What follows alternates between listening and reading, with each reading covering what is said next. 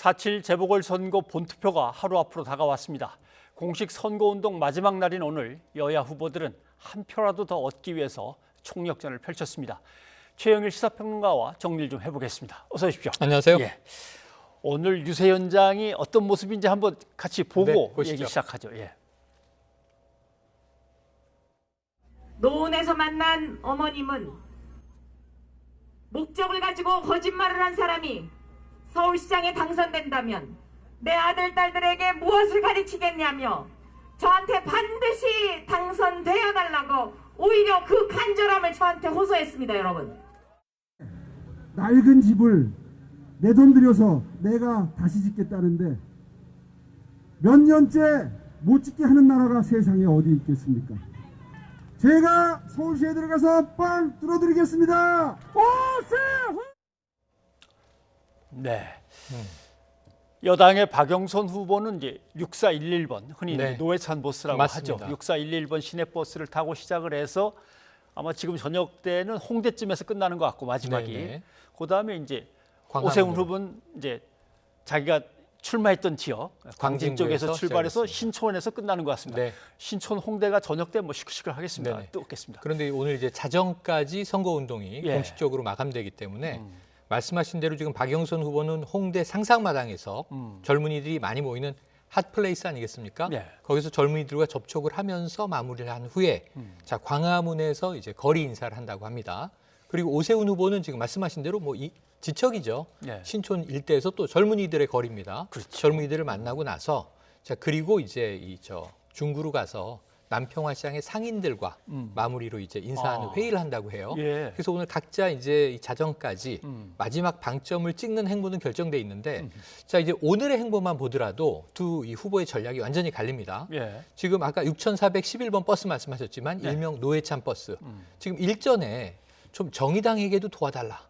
박영선 후보가 이렇게 얘기했는데 정의당의 분위기는 쌀쌀합니다만 지금 박영선 후보 입장에서는 이 소위 집토끼, 전통적인 지지층을 다 결집하고도 진보의 일부 소수 정당의 진보층의 표까지도 아쉬운 거예요. 네. 2, 3%가 될 수 있습니다. 이 표까지 다 좀 모아왔으면 좋겠다.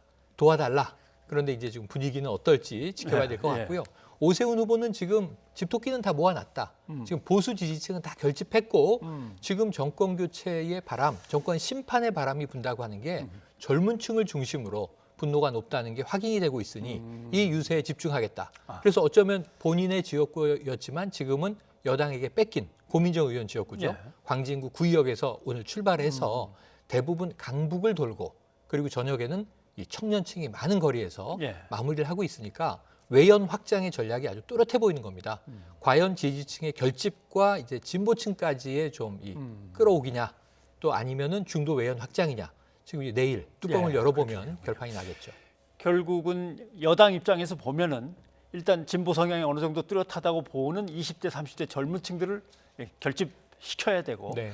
그러나 또 국민의힘 쪽에서 보면 20, 30대 젊은 층만 끌어올 수 있으면 결정적인 타격을 입히는 게 되고 그렇습니다. 역시 2030 젊은 네. 세대가 지금 중요하군요. 맞습니다. 지금 이 49대 51 예. 혹은 51대 49 거의 다 이 진보 보수가 총 집결을 해서 표를 찍으면 항상 팽팽했어요. 예. 그럼 제일 중요한 게 중도층의 표심과 우리가 부동층이라고 부르는데 좀 지금 오늘 이 시간까지 표심을 정하지 못한 사람들 여차하면 내일 투표장에 안 갈 수도 있습니다. 근데 이들이 투표장에 가서 찍는다면 예. 우선은 그래도 뭐 A보단 B가 낫지, B보단 A가 낫지 하고 선호 투표를 할 수도 있지만 또 이런 생각을 할 수도 있어요. 이 B 후보는 비호감이야. 예. B 후보를 막기 위해서 난 차라리 A 후보를 선택하겠어. 반대가 될 수 있습니다. A 후보가 비호감이 강하니 나는 차악 투표를 하겠다. 그래서 내일 투표장으로 가는 본투표 마지막 날 청년층의 표심이 어떻게 갈릴 것인가가 사실은 매우 중요한 관건이 되겠습니다. 아마 지금 이제 깜깜이 기간 아닙니까? 네. 여론조사를 해도 이제 공표를 못하기 때문에 그렇습니다. 저희가 얻어 보질 못하는데 아마 이제 민주연구원이나 여의도 연구원 각 당의 네. 싱크탱크 연구원들은 뭐 계속 해갖고 있겠죠. 엄청나게 돌리고 있겠죠. 예. 네. 그래서 그런지 모르지만 다 자기네한테 유리하게 나왔다, 네. 좁혔다, 아니면 확실하게 눌렀다 네. 이렇게 나오는데 그 얘기 한번 잠깐 좀 들어보죠. 예.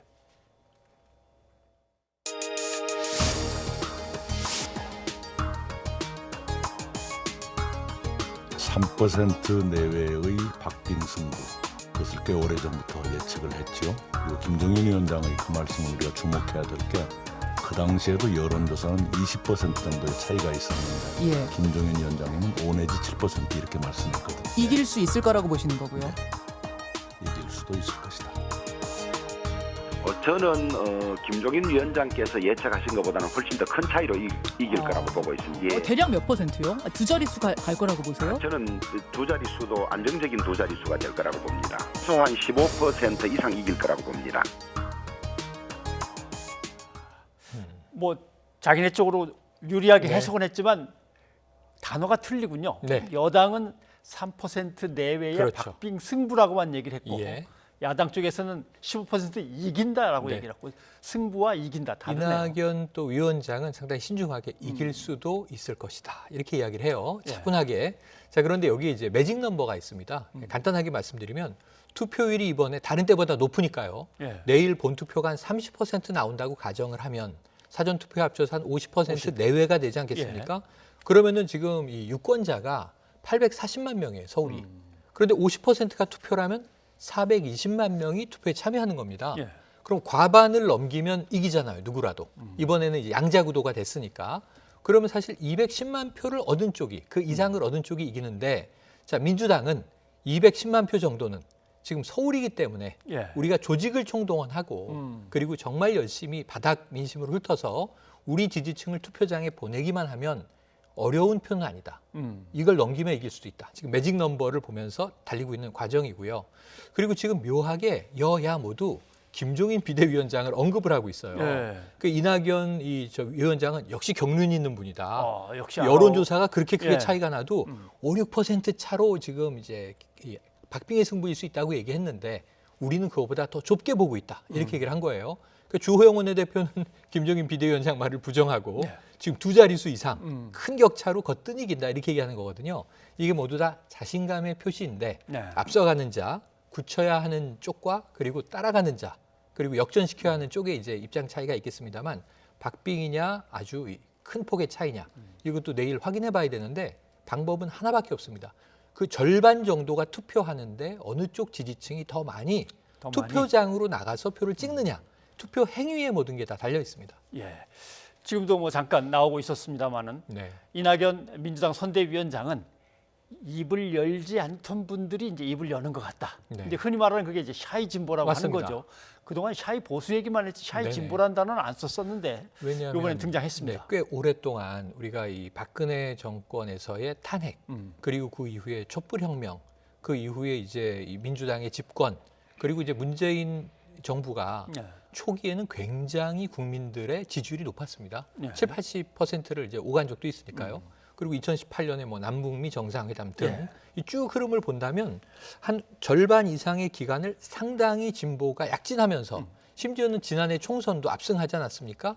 그러니까 보수는 보수라고 이야기하기가 조금 애매한 분위기로 위축돼서 살았는데 예. 자 부동산 이 정책의 실패 그리고 이제 아직까지 효과가 나타나지 않음 여기에 엎친 데 덮친 격으로 LH 사태 그러니까 국민과 특히 젊은 층의 분노가 좀 폭발하면서 이번에는 정권 심판론의 바람이 부는 것 같다.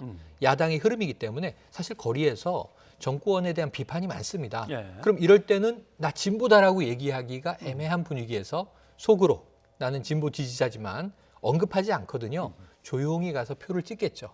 근데 이러한 샤이 진보가 집안에만 있고 안 나오면 예. 도움이 안 되는데 지금 나오고 있다. 그리고 입을 열기 시작했다. 이렇게 민주당이 판단하는 거니까 샤이 진보의 존재가 있다라고 보는 저도 있다고 봅니다. 근데 이제 어느 정도 많으냐 이번 선거에 크게 도움이 될 정도 숨어있던 샤이 진보가 나올 것이냐 이것 역시 뚜껑을 열어봐야 할 수 있겠습니다. 알겠습니다. 뭐 서울 얘기했고 네. 부산으로 한번 가보죠. 네. 부산에서는 국민의힘 박형준 후보의 의혹이 막 순차적으로 하도 여러 개가 네, 이제 갑자기 줄지어서 나오니까 맞습니다. 그 얘기하다 보니까 김영춘 후보의 존재감이 상당히 네. 옅어졌습니다. 맞습니다. 그래서 결국은 계속된 의혹 제기가 박 후보에게 부정적으로 확실하게 작용할 거냐 네. 아니면 인지도를 확 높여주는 결과로 나올까 네. 어떨까요 이게? 맞습니다. 이게 노이즈 마케팅인데요. 사실은 예. 나쁜 이슈로 언급되더라도 이슈의 주인공이 유리하다라는 이제 이야기를 늘 했어요. 어허. 그럼 지금 이제 오세훈 후보 내곡동 땅 의혹도 그렇고 예. 박형준 후보 LCT를 포함해서 여러 가지 이제 이 비위 의혹들도 그렇고요. 의혹의 주인공은 다 지금 야권 후보들입니다. 그런데 정말 그 비리 의혹의 주인공이 이길 것이냐. 근데 이번에는 그 자체 인물론보다도 이 두 후보가 여론조사도 높고 이길 것이라고 전망되는 배경에는 예. 인물 비교가 아니고 이번에는 정권 심판의 바람이 강하기 때문에 야권의 후보가 누구냐가 중요하지 않다. 예. 정권의 회초리를 드는 민심이 더 중요하다. 그래서 지금 어찌 보면은 민주당의 조직력과 지금 야당은 아까 바람 얘기를 계속하거든요. 예. 판세, 이 바람과 구도의 충돌인데 인물에 대한 평가는 상대적으로 이번 선거에서 낮아졌단 말이죠. 그런데 문제는 이제 부산에서도 지금 박형준 후보에 대한 의혹이 많아도 너무 많아지다 보니까 예. 자, LCT 특혜 분양이냐 아니냐 그리고 이 저 가족 아들이 이 뭐 예술품 조형물에 대한 이권을 챙겼느냐 딸은 정말 미대 입시 저 비위가 있었느냐. 근데 이게 쉽게 확인될 수 있는 것들도 지금 일단 박 후보 쪽에서는 전면 부인하고 있거든요. 예. 그리고 이 팩트 체크에 잘 응하지 않고 있습니다. 그러다 보니까 이제 일부 부산 시민들은 너무 의혹이 많은데 왜 저걸 하나도 해명하지 않을까? 지금 예를 들면 어제 3차 TV 토론이 서울시에서도 끝났습니다만 박영선 후보는 계속 내곡동 땅에 증인도 많고 여러 가지 정황 증거가 있다. 왜 대질하지 않느냐? 그럼 공권력이 할 문제다라고 하면서 이 오세훈 후보도 거기에 대해서 아니라고 강한 부인은 하지만 뭔가 검증에 응할 의도는 없는 거거든요. 예. 선거 시기까지. 이런 부분들에 대해서 이제 시민, 유권자들의 판단이 어떻게 될 것이냐. 끝까지 바람에 의존해서 갈 것이냐. 아니면 후보들에 대한 의혹이 마지막 순간에 아까 말씀드린 차악 투표의 이 효과를 좀 가져올 수 있을 것이냐. 이것도 마지막 관건이 되겠습니다. 네. 그리고 이번 이제 재보궐선거가 다음 대선으로 연결되고 있기 때문에 네. 차기 이제 대권을 생각하고 있는 주자들이 여기 네. 이제 참여를 할 수밖에 없습니다. 맞습니다. 뭐 당 내에서의 자기 어떤 장악력이나 지지력도 생각을 해야 되는 거니까 근데 나선 대권 이제 유력 주자들의 이야기를 한 번씩 네. 들어보죠. 보죠. 이번 선거 제가 몇 번째 부서났는가 6번, 7번까지는 세다가 그 다음에는 포기했습니다. 10번 가까이 된 것 같습니다. 여러분 반갑습니다. 아직 되신 건 아닌데 근데 그 정책 방향을 정하신다고 하니까 정말 반가웠어요. 지난 10년 민주당 정권이 완전히 망쳐놓지 않았습니까? 여러분! 재보궐선거 사전투표 선택하셨는데 첫 공식 일정으로 혹시 이유가 있으신지 한 말씀 부탁드립니다. 윤석열 화이팅! 행보를 저희가 대권 행보로 해도 괜찮을까요? 네. 윤석열 전 검찰총장까지 나왔습니다. 네. 아직 뭐 정치적인 어떤 발언을 한 건 네네. 아닙니다만은 그 모습이나 등장 자체도 상당히 정치적인 저는 의미를 정치적인 갖는 거죠. 발언을 재보선 관련해서 이미 했다고 봅니다. 예. 지금 저기 보신 중에는 이낙연 위원장이 정말 이번 선거의 결과 내일 밤에 뭐 혹은 늦어도 모레 새벽에 나오겠습니다만 예. 거기에 이 대선 주자로의 명운이 걸려 있는 입장이고요. 만약에 이번에 대패하게 되면 대권 주자로서 지금 좀 지지율이 떨어지고 있었지만 예. 존재감이 사라질 수도 있습니다. 지금 정세균 총리가 등판을 준비하고 있다는 그렇죠. 이야기도 있죠. 예. 자, 그리고 지금 또 보시면 이제 야권 주자들은 지금 좀 기가 승했습니다. 오랜만에 유승민 전 의원 유세를 하는데 본인의 대선 유세 같은 네. 분위기도 연출하고요. 그런데 아까 마지막에 윤석열 전 총장은 투표를 할 때는 그 나이가 많으신 예. 노 부친을 모시고 와서 별 언급은 없었어요. 근데 이번 선거에 대해서 일 전에 언론 인터뷰에서 한마디를 했는데 이게 저는 대권 선언이나 다름없습니다. 그래요? 자, 이번 선거는, 이번 재보선은 이 상식과 정의를 원하는 시민들의 반격의 출발점이다. 이렇게 얘기했거든요. 자, 반격은 정권에 대한 반격이겠죠. 당연히. 지금 정권 심판론 얘기를 예. 야권이 하고 있으니까. 그럼 출발점이라고 한다면 종착점이 있어야 되는데 출발점은 재보선이지만 종착점은 대선 아니겠는가. 그 대선에는 내가 중심적인 자리를 하겠다라는 의지가 아니면 네. 저런 이야기를 하긴 어려웠겠죠. 덕담이라고 이제 들립니다만. 그래서 제가 보기에는 재보선의 결과를 따라서 여야의 뭐 승패가 어떻게 갈리든 예. 윤석열 전 총장은 지금 시나리오 A, B, C 정도를 그려놓고 이제 슬슬 예. 시동 걸 준비하고 있는 게 아닌가 하는 관측을 해봅니다. 자, 4.7 재보궐선거 흥미롭습니다. 네. 다음 대선으로 이어지는데 그거 끝나고 맞습니다. 나면 다시 보궐선거 또 아니 지방선거를 또 치러야 됩니다. 그렇죠. 쫙 선거의 흐름이 이어지는데 네. 내일 결과부터 한번 좀 봐야 그렇죠. 되겠습니다. 24시간 남았습니다. 그렇습니다. 오늘 고맙습니다. 고맙습니다.